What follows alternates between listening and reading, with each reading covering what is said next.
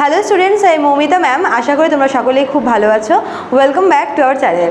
আজকে আমি তোমাদের 4th সেমিস্টার মেজর ইংলিশের পেপার 7 থেকে the way of the world সেখান থেকে কিছু ইম্পর্টেন্ট কোয়েশ্চেন আলোচনা করব। তো দেখো আমি মোট এখানে 5টা কোয়েশ্চেন রেখেছি। প্রত্যেকটা কোয়েশ্চেনই কিন্তু ভীষণ ইম্পর্টেন্ট এখান থেকে, ঠিক আছে? তোমাদের 5টা কোয়েশ্চেন রেডি করে যেতে হবে। তো প্রথম 1 নম্বরে কি বলেছে, সিগনিফিকেন্স অফ দ্য টাইটেল। দেখো তোমাদের যতগুলো ড্রামা বা নোবেল পড়িয়েছি সবখানেই কিন্তু টাইটেলটা ভীষণ ইম্পর্টেন্ট। তোমরা এখানে টাইটেলটা কিন্তু পড়ে যাবে যে এই ড্রামাটার নাম the way of the world কেন হয়েছে। Second, discuss the role of Mirabel. ভীষণ ইম্পর্টেন্ট ক্যারেক্টার, এটা ভেরি ভেরি ইম্পর্টেন্ট। মিরাবেল হচ্ছে গল্পের হিরো, তার রোলটা কিন্তু খুব ইম্পর্টেন্ট এবং সে তার ভালোবাসা পাওয়ার জন্য কত কী করে সেটাই আমরা এখানে দেখতে পাই, ঠিক আছে? 3 number, discuss the way of the world as a reflection of contemporary society.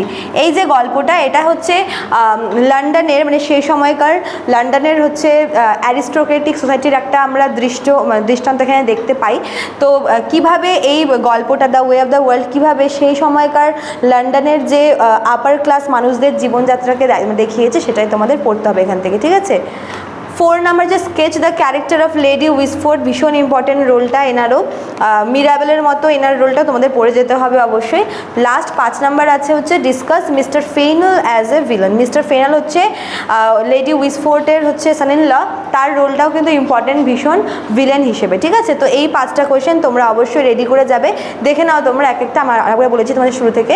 1 number হচ্ছে টাইটেলটা, 2 নাম্বার হচ্ছে মিরাবেলের রোলটা পড়বে, 3 নাম্বার হচ্ছে the way of the world as a reflection of contemporary society, 4 number হচ্ছে লেডি উইসফোর্ডের ক্যারেক্টারটা, আর 5 নাম্বার হচ্ছে মিস্টার ফেনেলের রোলটা বা মিস্টার ফেনেলকে অ্যাজ এ ভিলেন কীভাবে দেখানো হয়েছে এই গল্পে সেটা তোমাদের পড়তে হবে, ঠিক আছে?